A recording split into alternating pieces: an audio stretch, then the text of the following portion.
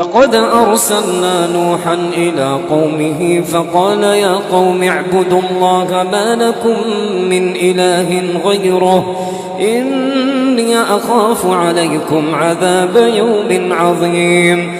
قال الملأ من قومه إنا لنراك في ضلال مبين. قال يا قوم ليس بي ضلالة ولكني رسول من رب العالمين أبلغكم رسالات ربي وأنصح لكم وأعلم من الله ما لا تعلمون. أوعجبتم أن جاءكم ذكر من ربكم على رجل منكم لينذركم ولتتقوا ولعلكم ترحمون. فكذبوه فأنجيناه ومن معه في